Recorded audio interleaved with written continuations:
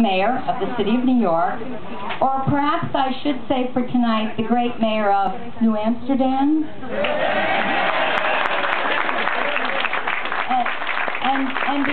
And before the mayor honors us with a few remarks, Gaius Saltama, the Consul General, has a gift to present to the mayor. Thank you so much. Before the elections, maybe this is a nice way of doing some distraction. I got to tell you this. The princess and the prince were here, and I realized when I was getting dressed I did not have an orange tie. So the next day I happened to be going by a tie store and I bought 2 orange ties, so maybe because in the fall we might go and visit. And now I will be able to address the House of Orange respectfully. Anyway, thank you.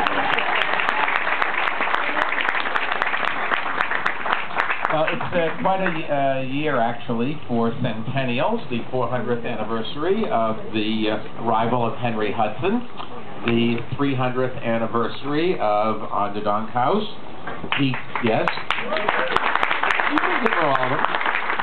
200th anniversary of the birth of Abraham Lincoln.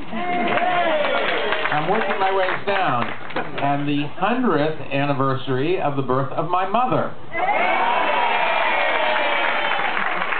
Now, we had a 100th birthday party for my mother back on January 2nd, and the only difference is she doesn't need a new roof, or if she did, she didn't tell me.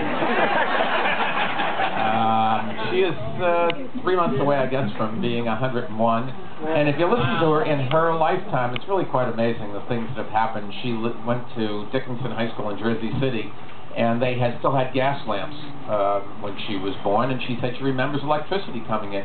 She remembers automobiles coming in. She remembers telephones coming in, all in one lifetime. And now she doesn't keep it on very much, but she has a cell phone. She's flown all the way around the world. I mean, you know, it's big changes. Anyways, I have no doubt that this house is in good hands because there are people that really care.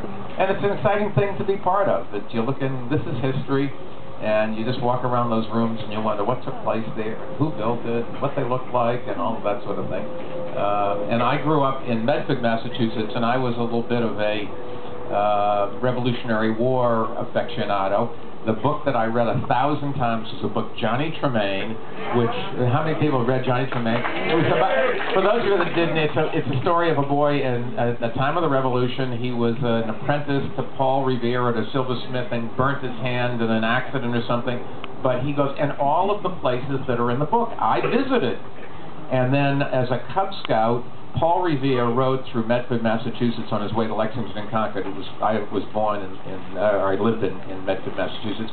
And as a Cub Scout one time, or Boy Scout, I forget which, I was selected to read at the April 19th Patriots Day celebration, the Midnight Ride of Paul Revere, the Watchers Longfellow poem. And how many people know, it's a wonderful land, two if by sea, I on the opposite shore will be, how many people know whether the British went by land or by sea?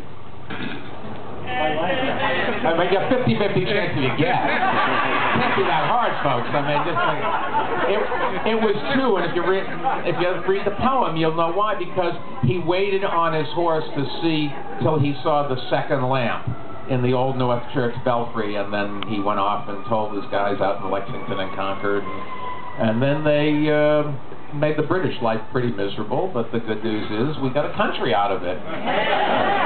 Anyways, 30 years ago, a group of citizens took this place over and formed the Greater Wedgwood Historical Society to save this house from demolition, which was what was going to happen to it. And we should all be thankful that they did, because it is part of our history. Most of us probably, our families weren't here in this country then, but that's what's unique about the United States. If you came here today, this is your country and it's your history as well, and it's very different than any place else. And I've always been amazed to think about it. New Yorkers, Americans a little bit, but New Yorkers mainly, we hyphenate our ethnicity. And it's something very unique, and it is because we're proud of where we came from and we're proud of where we are. And that was not done here in America. In the days of the great waves of immigration from the Lower East Side, people tried to get rid of the old language, rid of the old cuisine, rid of the old customs and looks and that sort of thing. And today, we look at things very differently. We take great pride, and if you got my job, you go around the city, and for neighborhoods that the other day I was in a neighborhood that I literally had never been in before, and I'm not so sure I'd even heard of it before. It was a tiny, 3 blocks, and they called themselves something differently. But it is that the different groups that live in the city, and they live together. And the real difference of New York to other great cities that are diverse is that we live in a mixture, and other cities live in a mosaic. And so, in one block you can have different building uses, retail and residential and commercial and industrial. You can have subsidized affordable housing and market rate luxury housing. You can have every ethnicity and religion. And the difference is that because we all live together and we go down the same steps of the subway or hail a cab on the same corner or go to the same kiosk or a newspaper or whatever, strangers aren't threatening. And that's why New Yorkers get along so well, I've always thought. You don't have to socialize or whatever with the other group, but, you're standing next to them all the time. And that's very different. That gives this city a stability and a camaraderie and an acceptance of each other that I think really is truly unique, and why I think New York's economy will come back quicker. We've never had a lot of the downturn and problems that other people see. You look in London, and you had some, wealthy Pakistani doctors who decide to blow up the subways. That's not gonna, I don't think that will ever happen here but in London, it is a mosaic. There's a neighborhood for this and a neighborhood for that. You'd be hard-pressed to find any neighborhood here where all the signs in even one block are in the same language, unless it's, all in English. But the Russian mixed in with the Korean, mixed in with the Spanish, with the Arabic, and you say, it is really very different. Anyways, our Department of Cultural Affairs has been proud to help this house and the organization, and supporting culture in all of our neighborhoods really is, I think, a very good use of city funds, and something that the city should do.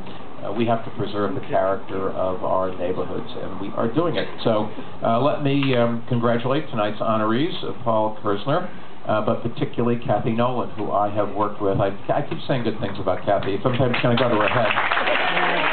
You should know that the reason I've fallen in love with Kathy Nolan, who we have not always seen eye to eye on everything, but she has a right to be wrong. I've always defended that. Kathy Nolan really was very instrumental in getting us to be able to maintain mayoral control of schools and keep the progress going for, yes, the wind is blowing. All right, I'm on to my next event. I just wanted to congratulate everything. Do a good job. You're new.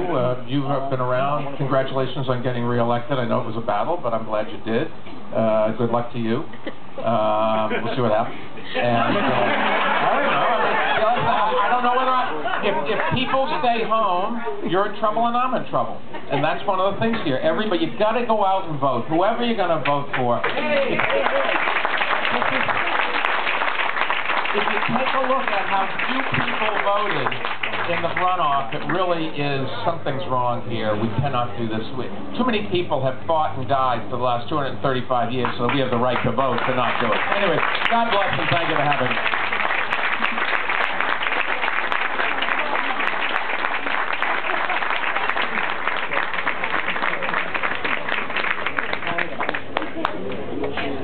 You got my stuff with the notes. No.